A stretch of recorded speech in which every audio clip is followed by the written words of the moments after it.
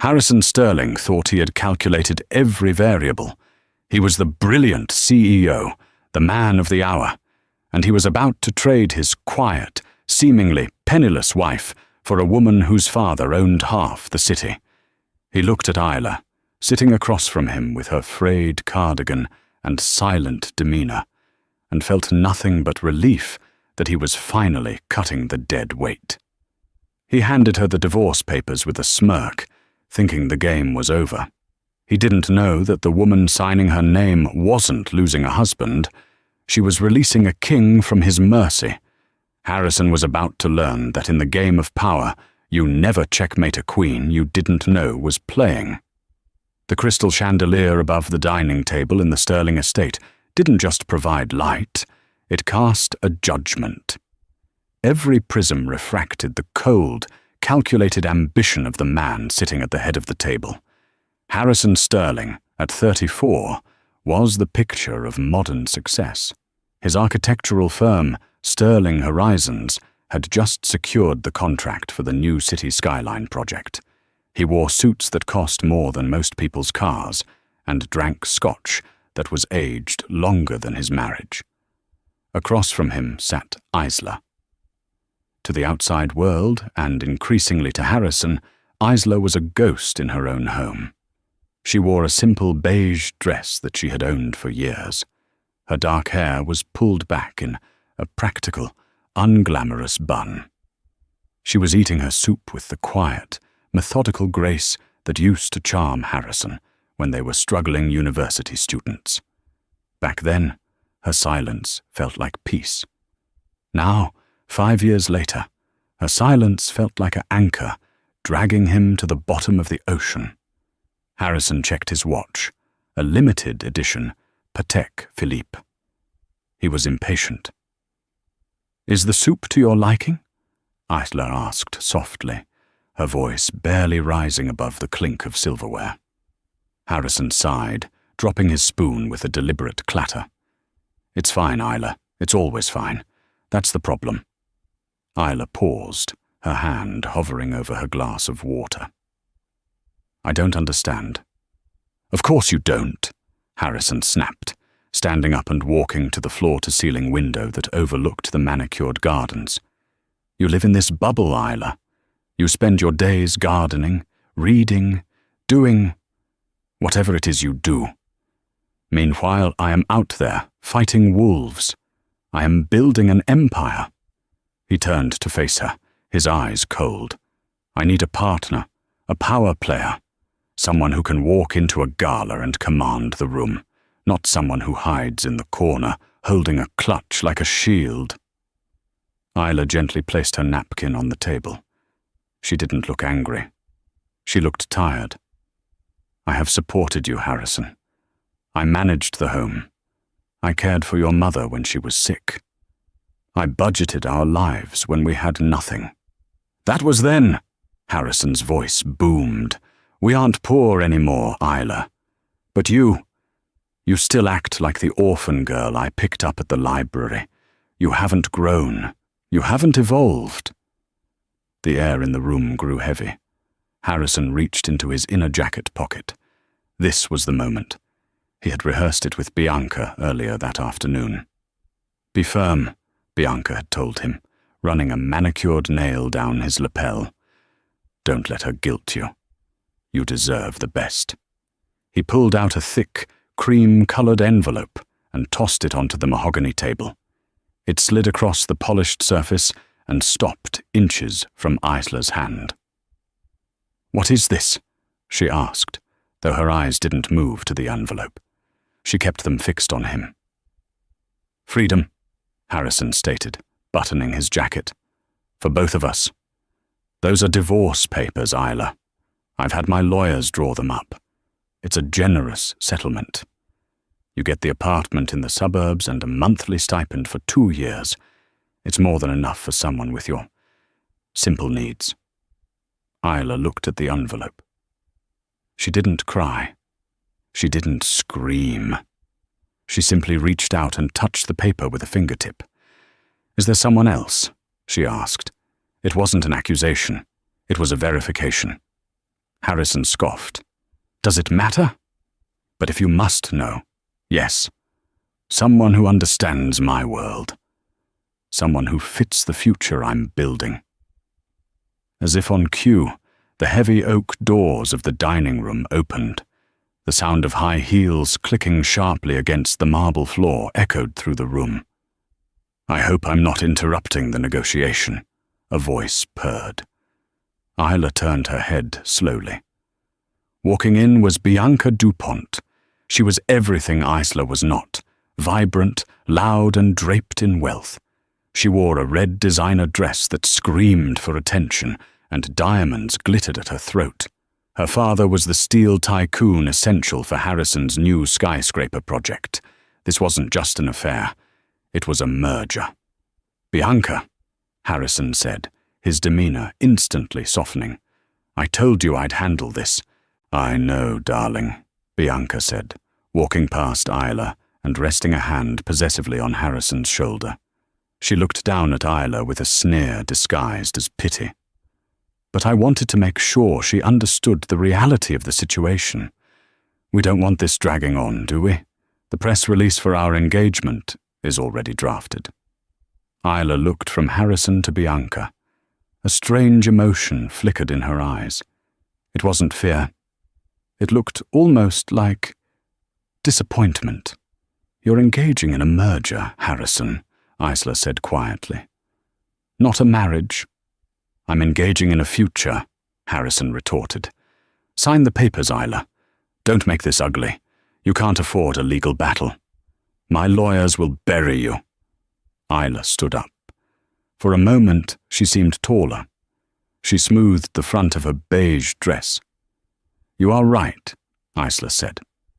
I don't want a battle. She picked up a pen from the table, a cheap ballpoint she had brought with her, contrasting sharply with the expensive fountain pens Harrison used. She flipped to the back page. Isla, read the terms first, Harrison said, slightly thrown by her speed. You need to know what you're waiving. I don't want your money, Harrison, she said, her voice steady. I don't want the suburban apartment. I don't want the stipend. Don't be a martyr, Bianca laughed, pouring herself a glass of wine from Harrison's decanter. Take the cash, honey. It's the only thing of value you'll leave with. Isla signed her name. Isla V. The signature was elegant, sweeping, and practiced. She closed the folder and pushed it back toward him. I leave with exactly what I came with, Isla said. My dignity. And my name. Harrison snatched the papers, checking the signature. He felt a wave of triumph. It was done. He was free. He looked at Isla, expecting her to break down now, to beg for a second chance. You have 1 hour to pack, Harrison said coldly. Bianca is moving in tonight. Isla nodded. 1 hour is plenty. She turned and walked out of the dining room. Harrison watched her go, feeling a strange prickle on the back of his neck. It was too easy. Why hadn't she fought? Why didn't she ask for alimony? She's in shock, Bianca said, reading his mind. She clinked her glass against his. To us, Harrison, and to the end of dead weight. Harrison forced a smile, raising his empty hand. To us? But as he looked at the closed door, he couldn't shake the feeling that the temperature in the room had dropped the moment Isla left. The master bedroom was a chaotic display of luxury, but Isla's side of the closet was sparse. She pulled out a single, battered leather suitcase from beneath the bed. It was an old vintage piece, scuffed and worn, with brass latches that had dulled over time. She didn't pack the jewelry Harrison had bought her for appearances, the diamond studs, the pearl necklace. She left them on the velvet vanity tray. She didn't pack the silk gowns he insisted she wear to company dinners, the ones that always felt too tight and too revealing. She packed 3 changes of clothes. She packed a small, leather-bound journal. And finally, she reached into the back of her sock drawer and pulled out a small wooden box. Inside, lay a heavy, ornate signet ring and a passport that was a different color than the standard blue American one Harrison had. The crest on the passport was gold and intricate, depicting a dual-headed eagle holding a sword and an olive branch. She ran her thumb over the crest, taking a deep breath. She had promised herself she wouldn't open this box unless it was an emergency. She had wanted to live a normal life. She had wanted to be loved for Isla, not for the heavy, ancient title that came attached to her bloodline. For 5 years, she had played the role of the orphan. She had let Harrison believe she had no family, no connections, no past. It was the only way to know if his love was real. And now she had her answer. She tucked the passport and the ring into the inner pocket of her coat. She snapped the suitcase shut. Downstairs, the sound of laughter drifted up. Bianca was already rearranging the furniture. Isla walked down the grand staircase. Harrison was waiting in the foyer, his arms crossed. He checked his watch again. 45 minutes, he noted. Efficient to the last. I won't bother you again, Harrison, Isla said, gripping the handle of her suitcase. Bianca stepped out from the living room, holding a glass of champagne. She looked at Isla's battered suitcase and laughed. My God, Harrison, did she find that bag in a dumpster? It looks like it's from the 1920s. Isla paused at the door. She looked at Bianca, her expression unreadable. It belonged to my grandmother. She traveled across Europe with it during the war. It has held more courage than you will ever possess. Bianca's smile faltered for a second, her eyes narrowing. Get out, and don't think about coming back when you run out of money for a motel. Isla opened the heavy front door. The rain had started to fall, a cold, grey drizzle that matched the mood of the evening. Goodbye, Harrison, Isla said softly. I hope the empire you build is warm enough to keep you company when the lights go out. She stepped into the rain. The door slammed shut behind her, the lock clicking with a finality that echoed in her chest. Isla walked down the long, paved driveway. She didn't call an Uber. She didn't call a taxi. She walked until she was outside the iron gates of the Sterling estate. A black sedan was parked just down the street, idling in the shadows of a large oak tree. It wasn't a flashy sports car like Harrison's. It was a Bentley, sleek, armored, and understated. As Isla approached, the rear door opened. A man in a sharp black suit stepped out, holding a large umbrella. He was older, with silver hair and a posture that suggested military training. He hurried to Isla, shielding her from the rain. Your Highness, the man said, his voice thick with emotion. He bowed his head low, a gesture of profound respect that no one in this city had ever shown her. We have been waiting for your call. Isla handed him her suitcase. Hello, Arthur. I'm sorry to wake you.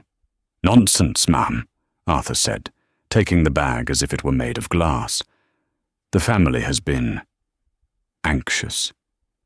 Is it done? Isla looked back at the mansion on the hill, where the lights were blazing, and she could see the silhouette of Harrison and Bianca in the window. Yes, Arthur, she said, her voice hardening, shedding the meekness of the housewife like a wet coat. It is done. The masquerade is over. Where to, Your Highness? The consulate, or straight to the airfield? Isla slid into the leather-back seat of the car. She pulled the wooden box from her pocket and slipped the heavy signet ring onto her finger. It fit perfectly. The airfield, she commanded. My brother is hosting the Grand Diplomatic Summit in 2 weeks. I believe it is time I returned home. And Arthur? Yes, ma'am. Make sure my name is on the guest list for the summit, and send an invitation to Sterling Horizons. Arthur met her eyes in the rearview mirror and smiled, a sharp, knowing smile. An invitation, Your Highness? For Mr. Sterling? Yes, Isla said, staring out at the rain-streaked window. He wants to be a player in the world of power. I think I should show him what real power looks like. The Bentley pulled away silently, disappearing into the night, leaving the suburban ambitions of Harrison Sterling far behind. 3 weeks had passed since the divorce. For Harrison, they had been the best 3 weeks of his life. With Isla gone, the dead weight was lifted. Bianca had moved in immediately, bringing with her a whirlwind of social connections and high society parties. The house was no longer quiet. It was filled with the clinking of glasses, the laughter of the city's elite, and the constant praise of Harrison's genius. His partnership with Bianca's father, Tobias DuPont, was finalized. The financing for the Sterling Tower was secured. Harrison was on the cover of City Business magazine, his arm around Bianca, the headline reading, "The Power Couple of the Future." He hadn't thought about Isla once, or so he told himself. Occasionally, when he opened the fridge and saw empty shelves where his prepared meals used to be, or when he couldn't find a specific file that Isla used to organize, he felt a flash of irritation. But he pushed it down. He was winning. One Tuesday morning, Harrison arrived at his office to find his assistant, Jessica, buzzing with excitement. "Mr. Sterling, you won't believe what just arrived via courier," Jessica squealed, holding a thick, velvet-textured envelope. It was sealed with red wax. Harrison frowned. "Courier? From who?" "It's from the Royal Consulate of Ethelgard," Jessica said, her eyes wide. "The diplomatic summit. It's the most exclusive event of the decade. The King of Ethelgard is visiting the States for the first time in 20 years to announce global infrastructure partnerships." Harrison froze. Ethelgard. It was a small but immensely wealthy European nation, known for its banking privacy, its technological advancements, and its centuries-old monarchy. A contract with the Ethelgardian crown would be worth billions. It would make the Sterling Tower look like a Lego set. "Give me that," Harrison said, snatching the envelope. He broke the seal. Inside was a gold-leafed invitation. "To Mr. Harrison Sterling and guest, you are cordially invited to the Grand Diplomatic Ball, requesting the honor of your presence to celebrate the royal visit. Venue: the Grand Pierre Hotel, ballroom. Dress code: white tie." "How did we get this?" Harrison muttered, stunned. "People kill for these invites. Senators are trying to get in." "It must be the DuPont connection," Bianca said, walking into his office, a latte in hand. She saw the invite and shrieked, "Oh my God, Harrison! The Ethelgard ball! Do you know who will be there? The royals! If we impress them. My dad says they are looking for architects for their new capital district." Harrison grinned, a predatory gleam in his eyes. "This is it, Bianca. This is the big leagues. Isla would have fainted just reading the invitation. But you were made for this." Bianca kissed his cheek. "We are going to own that room, Harrison. I'll buy a new dress. Something that says, 'Future Queen of Industry.'" Harrison leaned back in his chair. He felt invincible. He had shed his past, and now the universe was rewarding him. He had no idea that the invitation wasn't a reward. It was a summons. The night of the Grand Diplomatic Ball arrived with a humidity that made the air feel heavy, though inside the limousine, the climate control kept the atmosphere crisp and cold. Harrison adjusted his bow tie for the 10th time in the reflection of the darkened window. He was wearing a tuxedo, custom-made in Milan, the fabric so black it seemed to absorb the light. Beside him, Bianca was a vision of aggressive wealth. She wore a gown of gold sequins that shimmered with every breath, cut low in the front and back, designed to demand attention. "Stop fidgeting, Harrison," Bianca snapped, applying a final layer of crimson lipstick. "You look fine, better than fine. You look like a man who is about to own the city." "It's not just the city, Bianca," Harrison replied, his voice tight. "This is international. If I can get 5 minutes with the Ethel Guardian delegation, if I can show them the blueprints for the Sterling Tower, we go global. We become untouchable." He looked out the window as the limo slowed to a crawl. They were approaching the Grand Pierre Hotel, but the scene outside was unlike anything Harrison had ever witnessed. It wasn't just paparazzi. It was a military operation. Black SUVs with diplomatic flags flanked the entrance. Men with earpieces and assault rifles stood on the rooftops. The sidewalks were barricaded, holding back throngs of onlookers waving small flags. A flag Harrison didn't recognize, split into quadrants of blue and silver, with a dual-headed eagle in the center. "Who knew a little European country had so many fans?" Bianca scoffed, checking her reflection in her compact mirror. "It's probably staged. They pay people to cheer to make the king look important." Harrison didn't answer. A knot of unease was tightening in his stomach. This level of security, this level of reverence, it felt ancient. It felt heavy. The limo stopped. A doorman in a white uniform opened the door. Flashbulbs erupted like lightning as Harrison stepped out, extending a hand to Bianca. She soaked it up, waving to the cameras, posing on the red carpet. But Harrison noticed something unsettling. The photographers weren't shouting his name. They were barely looking at him. They were looking past him, waiting for someone else. They moved through the security checkpoint, which was rigorous. Metal detectors, ID checks, and a cross-reference with a digital guest list. When the scanner beeped green on Harrison's invitation, the guard looked at him with a strange expression, a mix of curiosity and amusement. "Mr. Sterling," the guard said, his accent thick. "You are expected. Please, proceed to the grand ballroom. Do not deviate from the marked areas." "Expected?" Harrison whispered to Bianca as they walked down the marble corridor. "That sounds promising. They must know who I am." "Of course they do," Bianca whispered back, linking her arm through his. "You're the architect of the future. These royals are probably living in drafty castles. They need you to modernize them." They entered the ballroom, and the breath was knocked out of Harrison's lungs. The room was a cavern of gold and crystal. The ceiling was 3 stories high, painted with frescoes of cherubs and gods. But it was the people that intimidated him. This wasn't the local country club crowd. This was old money. There were ambassadors in sashes, generals with chests full of medals, and women wearing jewelry that looked like it belonged in a museum. Harrison felt suddenly small. His expensive tuxedo felt like a costume. "Let's get a drink," Bianca said, undeterred.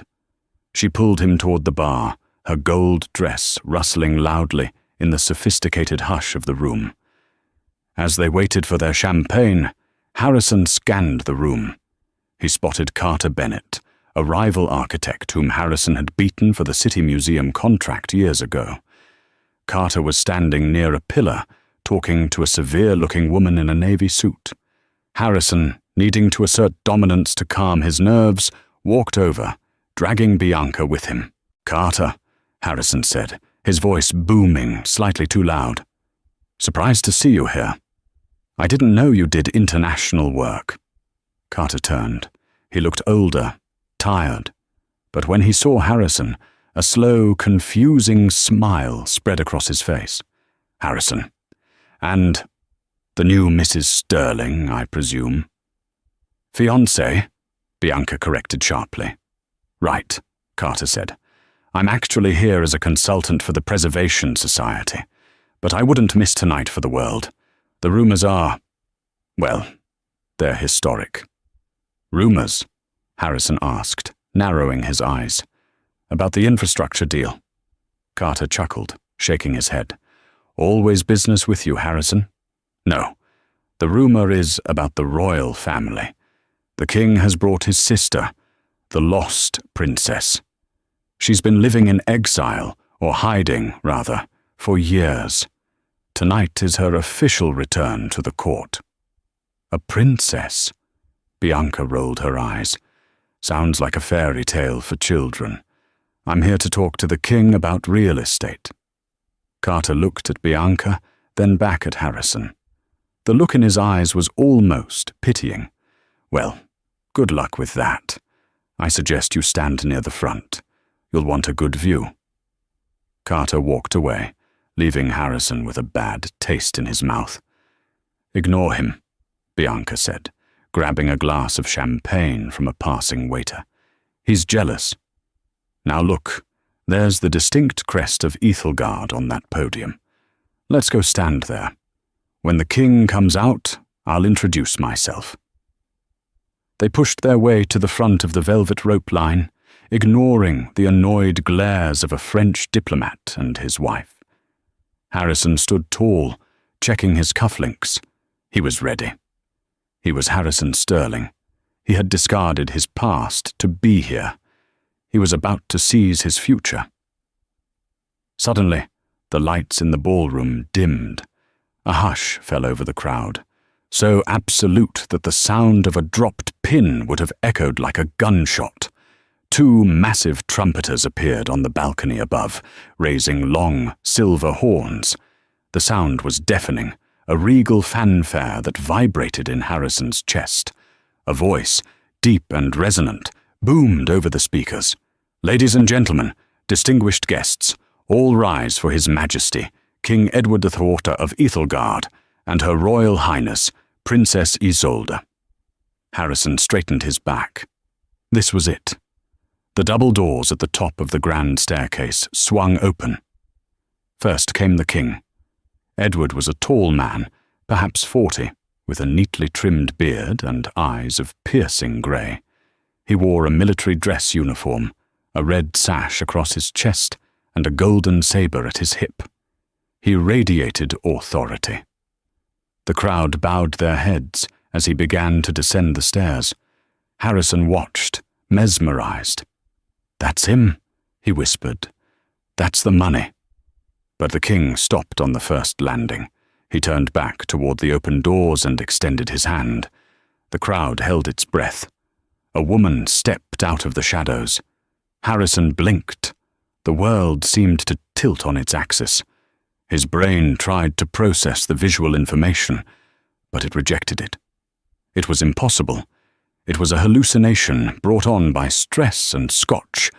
The woman was wearing a gown of deep, midnight blue velvet that hugged her frame before cascading down into a train that shimmered like the night sky. On her head sat a tiara, not a simple band, but a towering construct of diamonds and sapphires that caught the light and threw it back with blinding intensity.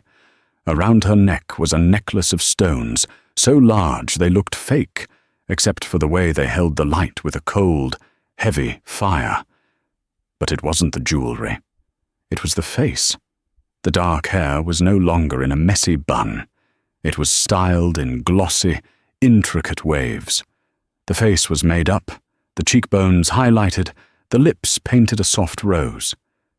But those eyes. Harrison knew those eyes. He had looked into them every morning for 5 years. He had looked into them 3 weeks ago when he handed her divorce papers. Isla. The word escaped his lips as a strangled gasp. It was too quiet for anyone else to hear, lost in the collective intake of breath from the room. Bianca was squinting. "Who is that? She looks familiar." The woman, Princess Isolde, took the king's hand. She didn't look down at her feet. She looked straight out into the crowd. Her posture was perfect, regal, terrifying. She descended the stairs with a grace that Isla, the clumsy housewife who dropped coffee mugs, had never possessed. Or perhaps she had always possessed it, and she had simply been hiding it. "It can't be," Harrison muttered, his hands beginning to shake. "It can't be her. She's a nobody. She's an orphan." "Harrison," Bianca hissed, her nails digging into his arm. "Harrison, look at her. Look at her face. That's your ex-wife." "No," Harrison said, sweat breaking out on his forehead. "Isla is poor. She's in a motel somewhere. This is a look-alike, a cousin. It's a coincidence." But as the royals reached the bottom of the stairs, the crowd parted. The king and the princess began to walk through the line of guests. They were coming straight toward the VIP section, where Harrison and Bianca had pushed their way to the front. As she got closer, the reality became undeniable. The curve of her jaw, the small scar on her left eyebrow, a scar Isla told him she got falling off a bike as a kid. Isla. His Isla was a princess. The room spun. Memories flashed through Harrison's mind. Isla refusing to talk about her family. Isla speaking fluent French to a waiter once, then claiming she learned it in high school. Isla's impeccable table manners that he had always taken for granted. Isla telling him, "I leave with exactly what I came with." He thought she meant her clothes. She meant her crown. The king and princess stopped just a few feet away, greeting the French ambassador. Harrison could hear her voice. It was Isla's voice, but different. It was polished, commanding, stripped of the softness she used to use with him. "We are delighted you could join us, Ambassador," she said in flawless French, then switched to English without a pause. "The treaty regarding the maritime borders is of great interest to my brother." Harrison felt like he was going to vomit. He had called this woman uneducated. He had told her she held him back. He had told her she didn't understand his world. And she was standing there, discussing international maritime law while wearing a tiara worth more than his entire architectural firm. Bianca was frozen, her mouth slightly open. The realization was hitting her too, but unlike Harrison's fear, hers was a mix of horror and fury. She had won the man, but she had lost the game. Then it happened. Princess Isolde turned. Her eyes swept over the crowd and landed precisely on Harrison. There was no shock in her face, no sadness. There was only a cool, detached recognition. It was the look a human gives to a bug they are deciding whether or not to step on. She leaned over and whispered something to the king. King Edward looked up, his grey eyes locking onto Harrison with the intensity of a laser sight. His expression darkened. The brotherly protection in his stance was palpable. He nodded to his sister. The royal procession changed course. They weren't moving away. They were coming straight for Harrison. "Oh my God," Bianca whispered. "They're coming here. Harrison, say something. Fix this." Harrison couldn't speak. His throat was closed. Isla stopped 3 feet in front of him. The security guards took a step closer, their hands hovering near their jackets, creating a wall of tension. "Mr. Sterling," Isla said. The sound of his name on her lips, spoken with such icy formality, cut him deeper than any scream could have. "Isla." Harrison croaked. He tried to smile, but it looked like a grimace. "I don't understand." "Her Royal Highness, Princess Isolde of Ethelgard," the king corrected, his voice like grinding stones. "You will address her by her proper title, or you will be removed." Harrison's knees buckled slightly.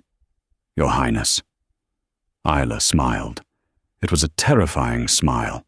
It reached her eyes, but it didn't make them warm. It made them shine with victory. "I see you received the invitation," Isla said smoothly. "I insisted on it. I wanted to make sure you saw the scope of the world you were so eager to join." "Isla, please," Harrison stammered, his brain scrambling to find a foothold. "Why? Why didn't you tell me? We were married for 5 years." "I wanted to be loved for myself, Harrison," she said simply. "Not for my title, not for my treasury, and for a while I thought you did. But then, you clarified your priorities." She looked at Bianca. Bianca shrank back, her gold dress suddenly looking cheap and gaudy next to the royal velvet. "And Miss Dupont," Isla said, nodding slightly. "I see you are wearing the Season's Gold collection. A bold choice. I believe my lady-in-waiting has the same dress in blue." A ripple of snickering went through the crowd behind them. Bianca turned beet red. "Listen, Isla," Harrison said, stepping forward, his ambition overriding his fear. "This is a lot to process, but we can talk about this, privately. I still care about you. The divorce, it was a mistake. I was under pressure. We can fix this." The audacity of the statement made the king step forward, his hand twitching toward his sword, but Isla held up a hand to stop him. "Fix this?" Isla laughed, a light, airy sound that echoed in the silent ballroom. "Harrison, you divorced a wife because you thought she was poor. You don't get to reclaim a princess because you found out she is rich." "I am building the skyline of this city," Harrison pleaded, his voice rising, desperate to prove his worth. "I can help your country. I have designs. My country," Isla interrupted, her voice dropping an octave, becoming steel, "has stood for 1,000 years. We have cathedrals older than your entire bloodline. We do not need your glass boxes, Harrison, and we certainly do not do business with men who betray their vows for a better deal." She took a step closer, lowering her voice so only he could hear. "You wanted a power player, Harrison. You wanted someone who commands the room. Well, here I am. Are you proud?" Harrison stared at her, stripped of his ego, stripped of his defenses. He saw the woman he had thrown away, and he saw the mountain he could never climb. He whispered. "I made a mistake." "Yes," Isla said, stepping back and taking her brother's arm. "You did. And the tragedy is, Harrison, I would have given you the world. All you had to do was be a decent man." She turned her back on him. "Enjoy the hors d'oeuvres, Mr. Sterling. I hear they are excellent, unlike your judgment." The silence that followed Princess Isolde's departure was heavy, pressing against Harrison's eardrums like deep water. For a heartbeat, the grand ballroom was frozen in shock. Then, the dam broke. It didn't start with shouting. It started with a whisper, a collective, sibilant hiss that swept through the room like a brush fire. Harrison could feel the eyes of the city's elite boring into him. These were the people he had spent 5 years trying to impress, the investors he had courted, the rivals he had mocked. Now they weren't looking at him with envy. They were looking at him with a mixture of amusement and disgust, as if he were a court jester who had forgotten his place. Harrison stood rooted to the floor, his mind a chaotic storm of denial. "It's a prank," his brain insisted. "Isla is quiet. Isla is simple. She cannot be Her Royal Highness." But the evidence was searing.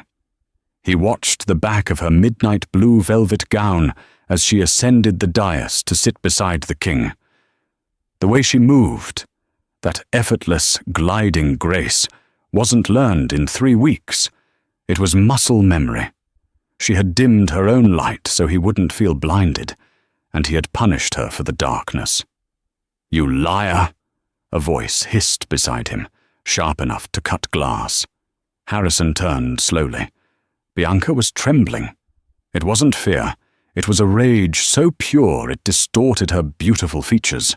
Her face, usually a mask of bored perfection, was flushed a blotchy red. "Bianca, listen," Harrison began. "You absolute fraud," she hissed, loud enough for the nearby French delegation to stare. She jabbed a manicured finger into his chest. "You told me she was a nobody. You told me she was a charity case you picked up in a library. You said she was dead weight." "I didn't know," Harrison pleaded, his hands raised in surrender. "I swear, Bianca, she never told me. She lived like a pauper." "She lived like a pauper because she didn't need to prove anything," Bianca spat, her eyes darting around the room. seeing the smirks on the faces of her rivals. "But you needed to prove everything, and you dragged me into this humiliation." How was I supposed to know? Harrison's voice rose to a desperate shout. "She clipped coupons, Bianca. She mended her own socks. Who suspects their wife is a princess when she worries about the price of milk? A man who actually pays attention to his wife might have noticed," Bianca screamed. The veneer of civilization was gone. "My father is standing right over there. He's talking to the senator. And do you know what they are looking at? They are looking at us. They are looking at the fools who insulted the guest of honor." "I can fix this," Harrison stammered, sweating profusely. "I'll go up there. I'll demand a private audience. We were married. I have rights." "Excuse me, sir." The voice was low, baritone, and brooked no argument. Harrison spun around. Standing behind him was the head of security, a man with a scar running down his jawline and an earpiece buzzing with orders. Behind him stood 2 more guards, radiating a threat of violence. "Mr. Sterling, Miss DuPont," the guard said, his face devoid of emotion. "The king has requested that your presence is no longer required." Harrison gaped at him, his ego flaring up one last time. "What? You can't kick me out. Do you know who I am? I am Harrison Sterling. I designed the skyline of this district." "The invitation has been rescinded," the guard said, stepping into Harrison's personal space. "You are causing a disturbance, and you have insulted Her Highness. You will leave immediately." "I'm not leaving until I speak to her," Harrison shouted, trying to shove past the guard toward the dais where Isla sat, looking serene and untouchable. "Isla! Isla! Tell them to stop!" The reaction was instantaneous. The guard grabbed Harrison's arm in a vice-like grip, twisting it behind his back with a practiced efficiency that sent a bolt of white-hot pain shooting up his shoulder. Harrison yelped, his knees buckling. "Let go of me!" "Move!" the guard growled. It was the longest walk of Harrison's life. They weren't escorted out through the grand doors. They were marched through the center of the ballroom, paraded past the guests like captured criminals. Harrison saw faces he knew. There was Carter Bennett, his architectural rival, holding a glass of scotch. Carter didn't look away. He locked eyes with Harrison and raised his glass in a mock toast, a smirk of pure schadenfreude playing on his lips. Harrison saw the terrifying realization in Carter's eyes. Sterling is finished. His contracts are mine. They were shoved through a service door, past stunned waiters, down a concrete hallway that smelled of stale grease. Finally, a heavy steel door was kicked open. "Out!" the guard said. Harrison and Bianca stumbled out into the night. They weren't on the red carpet. They were in the loading dock alleyway behind the hotel. The weather had turned. A cold, relentless rain hammered down, instantly soaking Harrison's custom tuxedo. Bianca shrieked as her heels skidded on the wet pavement, and she tripped, tearing the hem of her gold-sequined gown on a jagged piece of metal jutting from a dumpster. The heavy steel door slammed shut behind them with a final metallic thud. Harrison leaned against the wet brick wall, gasping for breath, clutching his throbbing shoulder. He looked down at his shoes, worth $1,000, now submerged in a puddle of muddy water. He looked at Bianca. She was a wreck. Her hair was plastered to her skull, and her mascara ran in black streaks down her cheeks. But the look in her eyes wasn't sadness, it was calculation. "This is your fault," she said, her voice trembling with fury. "You destroyed me."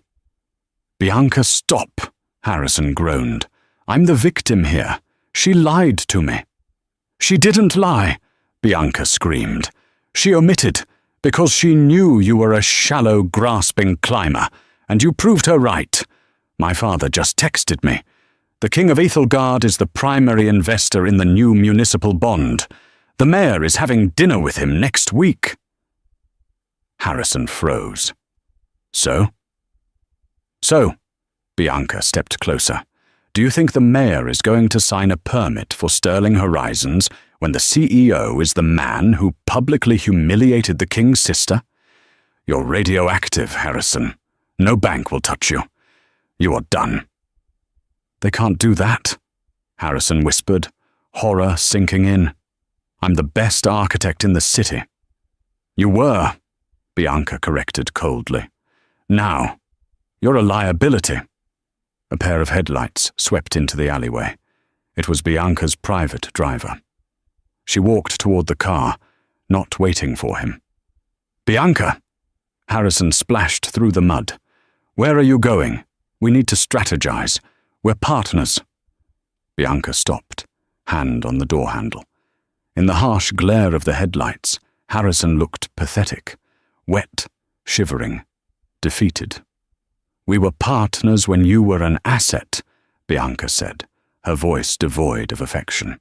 Now you are a deficit, and my father taught me one rule: cut your losses early. You can't leave me here, Harrison pleaded, his voice breaking. I divorced her for you. I gave up everything for you. No, Harrison, Bianca sneered, sliding into the dry interior. You divorced her for the money you thought I had, and you lost both. She slammed the door. The car sped away, splashing mud onto Harrison's trousers, its taillights disappearing into the gloom. Harrison was alone. He stood in the center of the alley, the rain chilling him to the bone. He reached into his pocket with trembling fingers and pulled out his phone. He didn't call his lawyer. He opened his photo gallery. He scrolled back to a photo from 3 years ago. It was a candid shot of Isla, sitting on the floor of their old apartment, wearing oversized pajamas and messy socks, eating cheap pizza. She was laughing, her eyes crinkled with genuine joy. She looked happy. She looked real. She looked like home. Harrison stared at the image, raindrops distorting her face. He remembered thinking how lucky he was that she didn't care about money. He remembered promising her a castle. He looked up at the towering backside of the Pierre Hotel. High above, he could see the golden glow of the ballroom windows and hear the faint strains of a waltz. She was up there, in her castle, and he was down here, in the mud. I didn't know, Harrison whispered to the empty alley, his voice hoarse. I just didn't know. But the wind howled back the truth. You didn't want to know. Harrison Sterling walked over to a stack of wooden crates next to the dumpsters. He sat down, put his head in his hands, and for the first time since he was a child, he let out a sob that tore through his chest, a sound of utter ruin echoing in the dark. The morning after the ball, the sun rose over the city with a blinding, cheerful intensity that felt like a personal insult to Harrison Sterling. He woke up in a cheap motel room near the airport, having been unable to face the empty mansion and unable to get back in, realizing his keys were in the jacket Bianca had driven off with. He turned on his phone. It vibrated so violently in his hand it almost fell. 142. Missed calls, 300+ emails. Trending topic. The architect who lost the crown Harrison's stomach dropped. He opened his newsfeed. The headline of the City Gazette was brutal. Royal flush, Sterling Horizons. CEO dumped by princess, abandoned by fiancé in night of high drama. There were photos of him looking arrogant at the entrance, photos of Isla looking majestic on the stairs, and the kill shot, a grainy paparazzi photo taken from the alleyway, showing Harrison sitting on a crate next to a dumpster, covered in mud, looking utterly defeated. He drove to his office. He had to save the firm. If he could just talk to the board, explain that this was a personal misunderstanding. When he arrived at Sterling Horizons, the security guard, a man Harrison had never bothered to learn the name of, stopped him at the turnstile. ID, please, the guard said, his face impassive.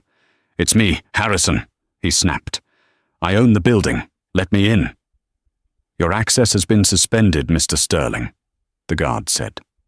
Board of Directors order, effective 8 a.m. this morning. Suspended! Harrison screamed, slamming his hand on the desk. I am the board. Not anymore, a voice said from the elevator bank. It was Tobias DuPont, Bianca's father. The steel tycoon looked at Harrison with cold, reptilian eyes. Tobias, Harrison gasped. Thank God. Look, last night was a mess, but the contract, the tower. There is no tower, Harrison, Tobias said, checking his manicure. The investors pulled out at 6 a.m. No one wants to put money into a project led by a man who publicly humiliated the sister of King Edward. The risk of diplomatic fallout is too high. Permits are being revoked. The city is distancing itself. But our partnership? Bianca tells me you defrauded her, Tobias said smoothly. Led her to believe you were a man of judgment. Clearly you are not. You traded a diamond for a piece of glass, Harrison. That shows a lack of valuation skills. I can't have that in my portfolio. Tobias signaled to the security guards. Escort Mr. Sterling out. If he returns, call the police. Harrison was led out of his own glass castle. He stood on the sidewalk, holding a box of his personal effects, a stapler, a photo frame, and a stress ball. The empire he had sacrificed his marriage for had dissolved in less than 12 hours. 6 months later, the winter in the city was harsh that year. The wind whipped through the streets, biting through thin coats. Harrison sat in a small, cramped cubicle in a basement office of Rapid Drafts and Permits, a low-level firm that handled garage extensions and fence permits. It was the only place that would hire him. The name Sterling had become poison in the high-end architectural world.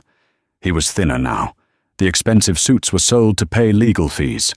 He wore a generic grey shirt that was slightly wrinkled. He lived in a studio apartment above a laundromat. Hey, Sterling! His manager, a 20-year-old kid named Kyle, shouted from across the room. Stop daydreaming.